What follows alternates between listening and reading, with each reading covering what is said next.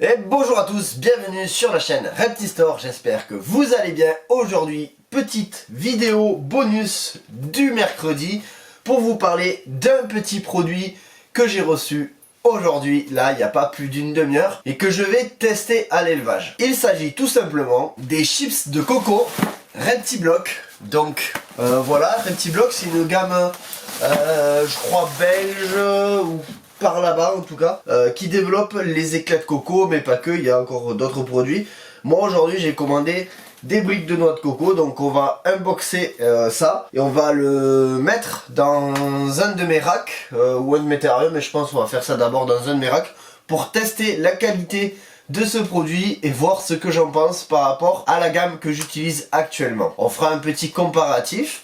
Je vous dirai les prix que j'ai payés, les frais de port. Par contre voilà, au niveau des frais de port c'est quand même assez cher. À voir maintenant la qualité du produit. On teste ça et on voit ensemble ce que ça donne. Alors du coup le produit se trouve dans ce carton. Moi je vais maintenant ouvrir ce carton. Donc on va regarder ensemble le contenu. Alors moi j'ai passé la commande pour 5 blocs. Je sais pas exactement combien il y a de litres par bloc. On va le découvrir ensemble dans tous les cas. Donc du coup, tchac, d'accord, ça se présente comme ça. Donc il y a les 5 blocs, par contre il n'y a pas de facture. Ça c'est pas ouf du tout pour moi, parce que étant une entreprise j'ai besoin d'une facture et que je ne l'ai pas eu par mail lors de la commande. Donc je vais sûrement contacter la boîte afin qu'ils me fournissent une facture ou bien vérifier mon mail. Alors bon, du coup au niveau de la contenance, j'ai regardé. Une brique comme ça fait 4,5 kg et à peu près 70 litres de contenance. Alors il faut l'humidifier aussi normalement. Moi je vais soit très peu l'humidifier, soit pas. Normalement il faudrait, ça gonfle ensuite.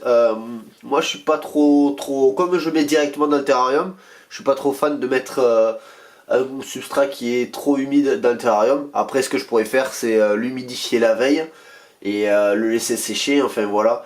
Là je vais mettre directement dans le terrarium, je sais pas encore si je vais l'humidifier ou non. Donc voilà, au niveau de la contenance, donc une brique comme ça c'est 4,5 kg pour 70 litres. Ce qu'on va commencer par faire, c'est utiliser une boîte, donc ici, et mettre un bloc dedans afin de regarder le rendu. Alors, première impression quand j'ai sorti le bloc, déjà c'est qu'il est quand même assez poussiéreux. Quand je l'ai sorti, j'ai quand même eu pas mal de poussière, donc à voir. Ce qu'on va faire, on va commencer un petit peu à le démanteler. Donc voilà, même sans l'arroser ou autre, vous avez vu, il se démantèle quand même plutôt bien. Voilà. Je vous montrerai ensuite après du coup le coco que j'utilise. On va faire un comparatif de qualité entre les deux. Voilà, donc celui-là il est quand même assez fin par contre, et ça c'est quelque chose que je préfère plutôt que les gros blocs trop bruts. Donc on va le dépioter et on va regarder ça ensuite. Donc nous voilà devant deux substrats différents. Enfin deux substrats différents, c'est le même, c'est des éclats de coco tous les deux, mais c'est pas la même marque. Donc ça c'est celui que j'ai utilisé jusque là. Donc je vous le citerai plus tard. Inconvénient de celui-là, c'est qu'il y a vachement de fibres, comme vous pouvez le voir.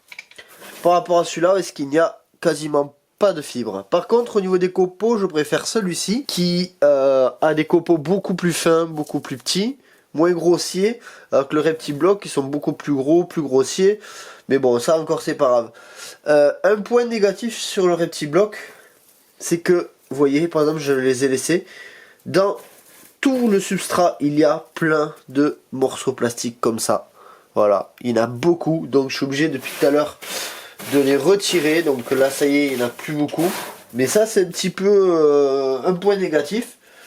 Autre chose, les deux n'ont pas été humidifiés, donc en termes de densité celui-là est beaucoup plus dense, celui-là l'est un petit peu moins, donc par rapport à la quantité utilisée, celui-là sera peut-être un peu plus avantageux.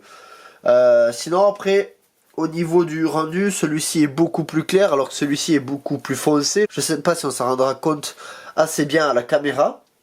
Voilà, après ça reste quand même assez le même substrat. Celui-là est plus volatile, plus léger.